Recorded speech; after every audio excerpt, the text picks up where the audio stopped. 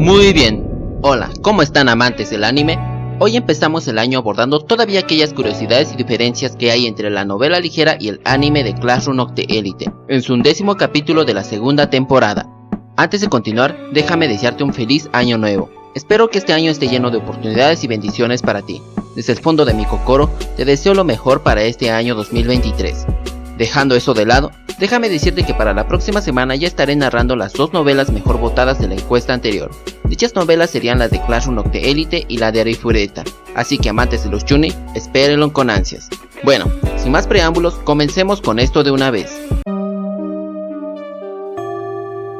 Número 1. Los problemas y dificultades del falso genio. Antes de entrar en detalles respecto a este punto, es importante destacar que esto tiene relación con la escena a mitad de capítulo en donde vemos reflexionando a Yanakoye acerca de Sakayanagi, Ichinose y Ryan, mientras bebía una tacita de té. Y sí, sé que literalmente me estoy saltando la primera mitad del capítulo, pero no se preocupen, que ya estaré abordando el resto más adelante. Como yo suelo guiarme siempre de la novela para ordenar todos estos datos, es inevitable que el orden de los hechos nunca concuerde entre ambos formatos. Pero bueno, mejor pasemos a los negocios. En la novela, en ese momento, Yanakoye estaba reflexionando varias cosas aparte de lo ya antes mencionado. Por ejemplo, al día siguiente de la despedida con Kei, probablemente, Yanakoye se encontraba limpiando e ilustrando su habitación hasta el punto de hacerlo brillar. Esto debido a que ya se acercaba el año nuevo, y como persona civilizada que es, no quería que se lo llevara el año viejo. Pero dejando eso de lado, cuando terminó de hacer brillar su habitación y quedó satisfecho con lo brillante que era, él se dispuso a tomar un tecito, aunque en el proceso se encontró seriamente dudoso de volver a ensuciar la tetera que recién había pulido, lo cual todos en algún momento nos debió de haber pasado con algún artículo personal nuestro, supongo. Pero en fin, mientras esperaba que el agua hirviera, Yanakoye se dispuso a revisar el estado general de los puntos de clase, los estados de equilibrio general de los grupos de primer año y similares para matar el tiempo.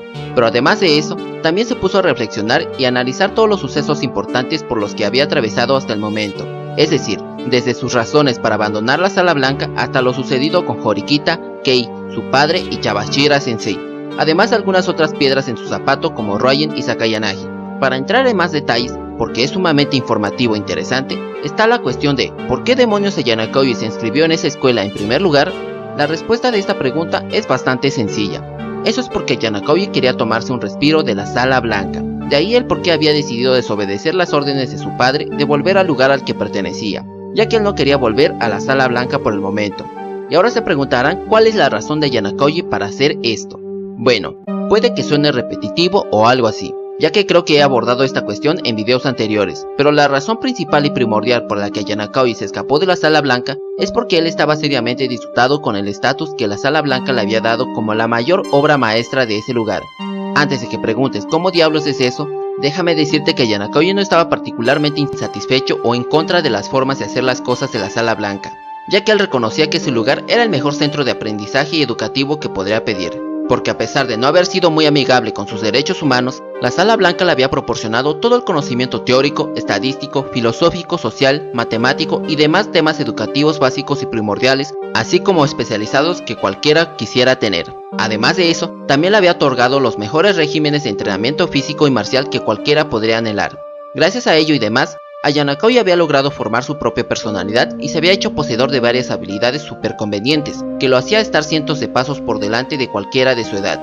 Pero a pesar de todas estas ventajas que le había proporcionado la Sala Blanca, ese mismo lugar también lo había maldecido, por así decirlo, ya que al proclamarlo como la mayor obra maestra, Yanakoye había desarrollado un serio sentimiento de disgusto y repugnancia de ser llamado el ser humano definitivo, porque incluso si era categorizado de esa forma, ¿era algo de lo que realmente valía la pena estar alegre y orgulloso?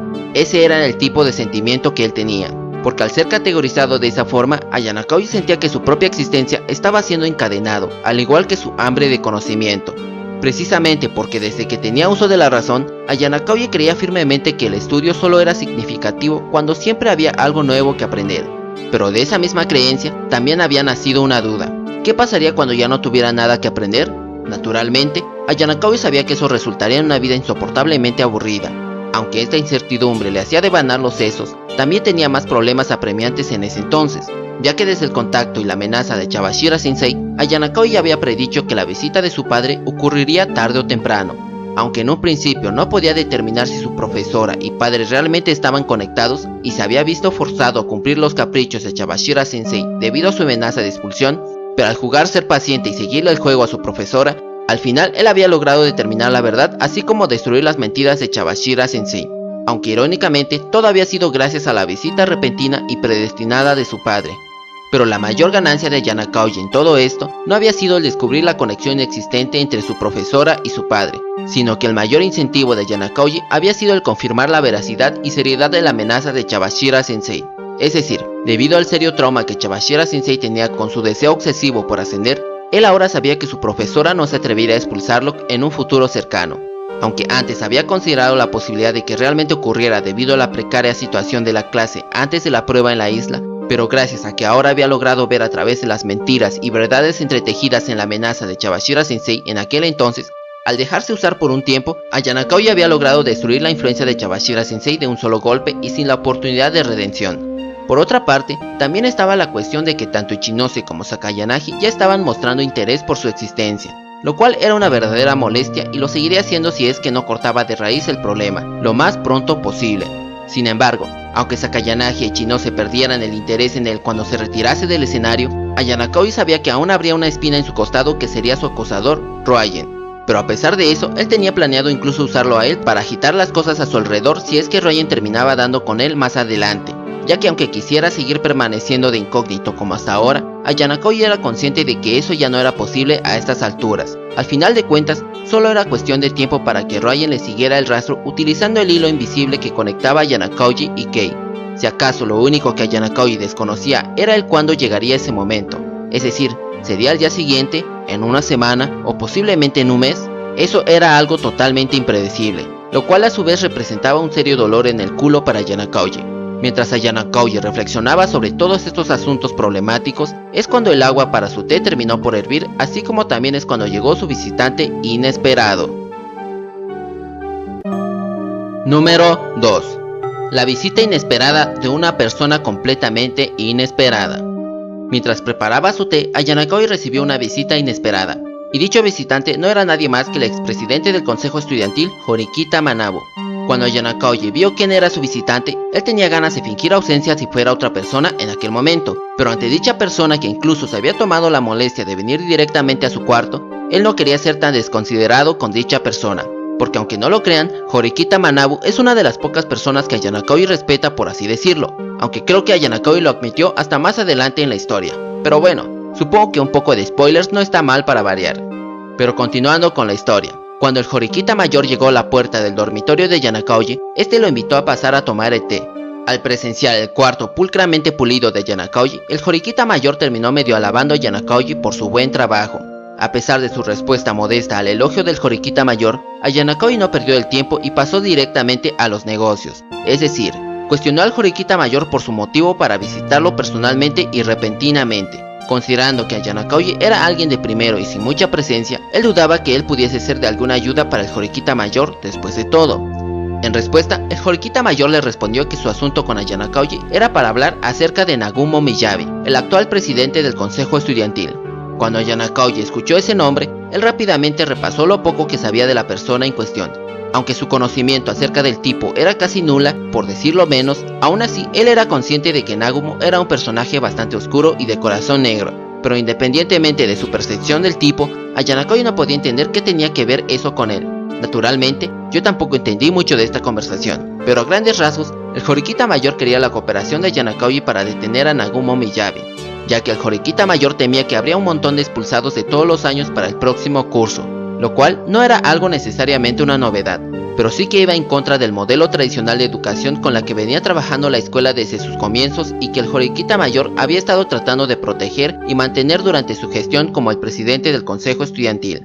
Sin embargo, Nagumo estaba tratando de hacer colapsar el sistema tradicional para establecer las bases de su sistema meritocrático tal y como lo había proclamado antes del comienzo del Paper Shuffle. A pesar de que oficialmente sus labores como el presidente del consejo estudiantil había terminado, aún así, el Horikita mayor quería evitar que Nagumo se saliera con la suya. De ahí su visita a Yanakaoji y de su pequeña esperanza de poder utilizarlo convenientemente a él para que se interpusiera en el camino de Nagumo, ya que al final de cuentas, el Horikita mayor no podía hacer mucho cuando su graduación ya estaba a la vuelta de la esquina. Además de que de una u otra manera, esto también afectaría a Yanakaoji, que aún seguiría después de que el Horikita mayor se graduara.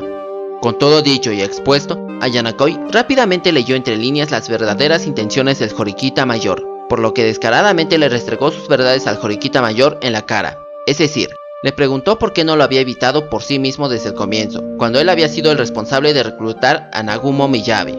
Y por supuesto, el Horikita mayor era consciente de su error al tratar con Nagumo, ya que a pesar de ser el único con talento en ese entonces y de ser el responsable de convertirlo en su sucesor, aún así, el Horikita mayor no había hecho nada incluso cuando se había dado cuenta de que Nagumo se había estado desviando por completo de sus ideales como su predecesor.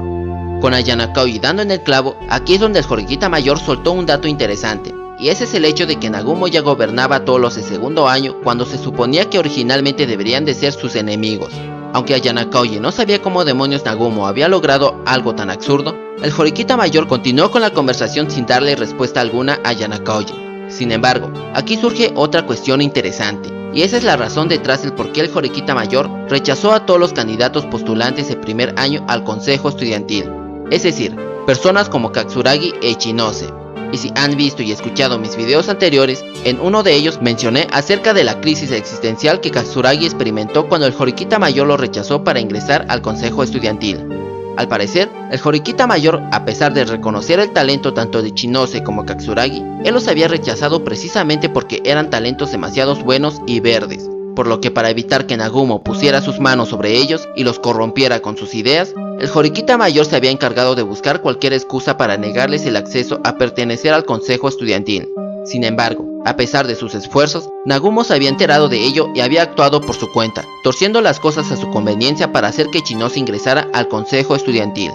Para llegar al corazón del asunto, a Yanakaoji le cuestionó directamente al Horikita mayor por sus verdaderas intenciones. Como lo había mencionado anteriormente, el Horikita mayor quería que Yanakaoji obstruyera los planes de Nagumo y, de ser posible, impedirlos. Incluso le sugirió que usara a su hermana Suzune como cortina de humo, ingresándola al consejo estudiantil para que él pudiera actuar libremente desde las sombras. Naturalmente, el Horikita mayor actuaría de puente para que eso sucediera en primer lugar. No obstante, a Yanakaoji dudaba de que Horikita aceptara de buena gana esa idea cuando ya no tenía ningún motivo para ingresar al consejo estudiantil ahora que su querido Onisama ya estaba por largarse de la escuela, ya que de lo contrario, a Yanakaoji estaba seguro de que ella actuaría sin rechistar con tal de estar junto a su querido Onisama. Pero independientemente de lo que haría o no haría Horikita, a Yanakaoji simplemente no quería hacer algo tan problemático, ya que si algo estaba en proceso de cambiar, entonces eso solo significaba que era el cambio de los tiempos o el destino mismo, por lo que era inútil ir en contra de la corriente del cambio de los tiempos. Naturalmente, el Horikita mayor no pudo refutar las palabras de Yanakaoji y debido a ello, optó por marcharse del lugar, ya que él sabía que no podía hacer actuar a Yanakaoji llegados a este punto. Pero contrario a sus ideas preconcebidas, curiosa e inesperadamente, a Yanakaoji lo detuvo, le pidió su número de teléfono y le respondió que lo dejara pensar por unos días, por lo que si decidía aceptar su petición, él mismo se contactaría con el Horikita mayor más adelante. Lógicamente, el Horikita mayor estaba algo aturdido por la inesperada respuesta de Yanakaoji, ya que él había llegado con cero expectativas de convencerlo desde el principio, por lo que al escuchar la respuesta de Yanakaoji, sin dudarlo le entregó su número de teléfono. Naturalmente, este simple gesto era la prueba que Yanakaoji necesitaba para determinar el grado de desconfianza del Horikita mayor hacia Nagumo. Con sus asuntos zanjados, el Horikita mayor se despidió de Yanakaoji sin siquiera haber probado ni una gota del té que el mismo Yanakaoji le había preparado y servido cordialmente. Chale, F por Yanakaoji. Por último, por si se preguntan por qué Yanakaoji decidió considerar al menos la petición del Horikita mayor en vez de rechazarlo rotundamente como normalmente lo haría con cualquiera, pues primeramente era por cuestiones de practicidad, supongo. Es decir, debido a que él también sentía una cierta preocupación por los planes de Nagumo, terminó optando por considerar la petición del Horikita mayor, además de que esa era su forma de ser considerado con alguien de su calibre, lo que nos lleva a mi opinión al respecto. Y es que, como lo había mencionado anteriormente, es debido a que Yanakaoji respeta y reconoce las capacidades del Horikita mayor, creo que por eso no se pudo negar a su petición. Aunque lógicamente, en este punto de la historia, Yanakaoji no es del todo consciente de ese respeto suyo hacia el Horikita mayor, por lo que es importante que lo tengan en consideración antes de sacar conclusiones precipitadas con respecto a mi opinión personal. Número 3. El día que Yukimura experimentó el verdadero infierno. Puede que el título suene exagerado, pero es lo que realmente pasó. aunque el contexto no es algo serio, sino algo más trivial supongo. Aún así, eso no quita el hecho de que Yukimura realmente experimentó un verdadero infierno en el karaoke a causa de nada menos que Haruka y sus travesuras, pero también principalmente debido a la mala suerte del propio Yukimura. Para que comprendan a lo que quiero llegar, les relataré aquellos sucesos que conllevaron a Yukimura a experimentar un infierno dentro de sus papilas gustativas. Y como se habrán dado cuenta, este suceso nunca apareció en el anime, lo que es una decepción, ya que fue un suceso divertido y triste por así decirlo. Pero en fin, la cosa va más o menos así. A altas horas de la noche, después de la primera nevada de la zona, a una temperatura de 24 grados centígrados, el infierno de Yukimura comenzó después de una tarde de compras y de una visita a la cafetería en compañía del grupo Ayana Kauji. Mientras Ayana Kauji y el resto del grupo, a excepción de Yukimura, disfrutaban de su estancia en el karaoke, Yukimura se quejaba y se retorcía de la agonía de sentir arder como el infierno sus papilas gustativas, así como de su garganta a causa de los takoyakis extrapicantes que se había visto forzado a devorar como castigo debido al juego de sorteo que había propuesto Haruka, la cual consistía en que de una selección de 6 variaciones de takoyakis, uno solo de ellos era el picante, y quien saliera sorteado tendría que comerse todo el takoyaki picante para luego cantar inmediatamente después, sin la posibilidad de detenerse para beber ni una mísera gota de agua hasta terminar su canción. Naturalmente, este juego era más una tortura que otra cosa. Aunque Ayana Kauji no podía entender la razón de ser de este juego, pero al presenciar cómo todos se divertían a costa de Yukimura, él concluyó que el juego había cumplido con su propósito. Pero aún así, no podía evitar compadecerse de Yukimura, que se había llevado todo lo malo del maldito juego. Es decir, el pobre se vio obligado a comer 5 takoyakis picantes durante 5 rondas consecutivas.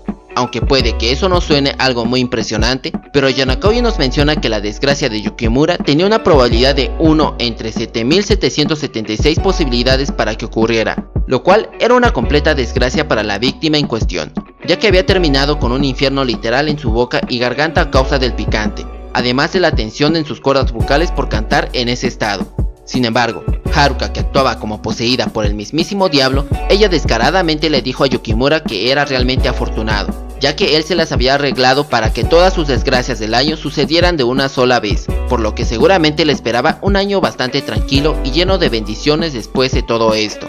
No obstante, el año solo le restaban 2 semanas para que terminara, por lo que Yukimura no pudo evitar lanzarle una réplica a Haruka, que se estaba burlando y divirtiendo a costa de él. Después de un rato de disfrutar la desgracia ajena, Haruka se disculpó con Yukimura, que seguía lamentándose de las secuelas dejadas por el picante. Sin embargo, al parecer, Yukimura no había sido la única víctima en todo esto, ya que Akito, en su intento por defender a Yukimura de ir por la 6ª ronda de takoyakis extra picantes, él se había sacrificado para romper la mala racha de Yukimura como una muestra de su amistad con él. Mientras Yukimura y Akito se lamentaban, Haruka descaradamente volvió a proponer al resto del grupo el volver a intentar lo mismo más adelante. Naturalmente, esto hizo estremecer a Yukimura, Akito y Airi. En un intento por preservar su dignidad, Akito le replicó a Haruka que cuando llegara su turno, ella no se acobardara en el momento.